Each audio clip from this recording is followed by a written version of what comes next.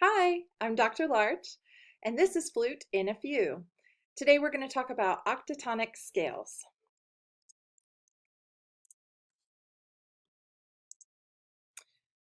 So what are octatonic scales?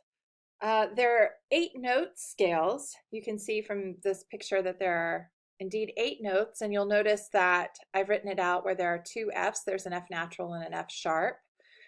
Depending on which flats and sharps you notate, this one could be marked as a G flat and a G sharp, but you'll see why I wrote it this way in a moment.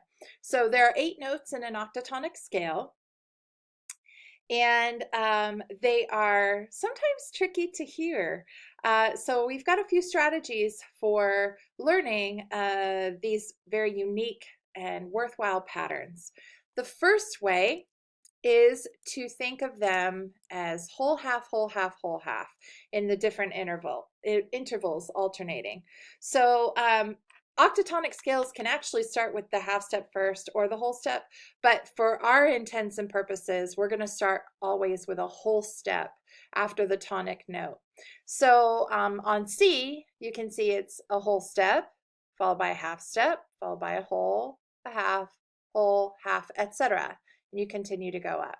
That's what the H is for there. And it's the same based on C sharp and D.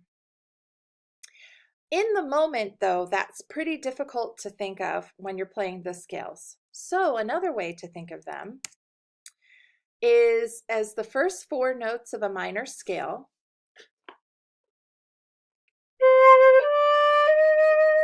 Or up a half step to F sharp, and then a minor scale based on F sharp, the first 4 notes.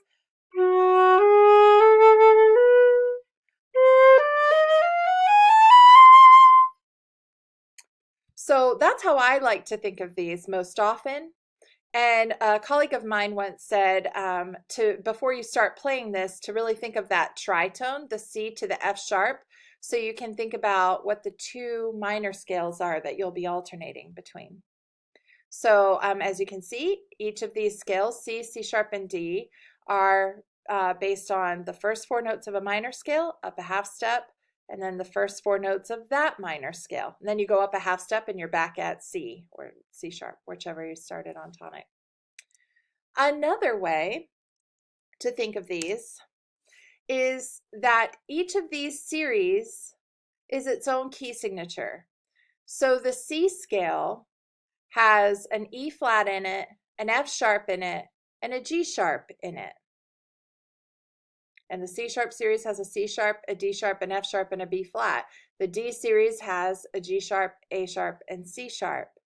And the reason why I would recommend thinking of these in that way as well is because there are only 3 patterns of octatonic scales. So if you know your C octatonic scale, you also know the finger pattern for your E flat octatonic scale, your F sharp octatonic scale, and your A octatonic scale. Interestingly enough, if you spell those out or you sound them out, that's a fully diminished 7th chord. So often these scales are called diminished scales.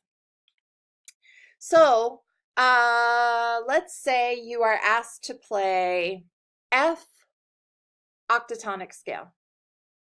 As you can see here, F appears in the C series as well as the D series. The reason we would play this finger pattern, the bottom one, the D series, for F octatonic is because it starts with a whole step here. This one is F, F sharp. That's not the series that we want. We want to start down here in the D series. So I'll demonstrate that. So the D series goes same finger pattern, but now starting on F.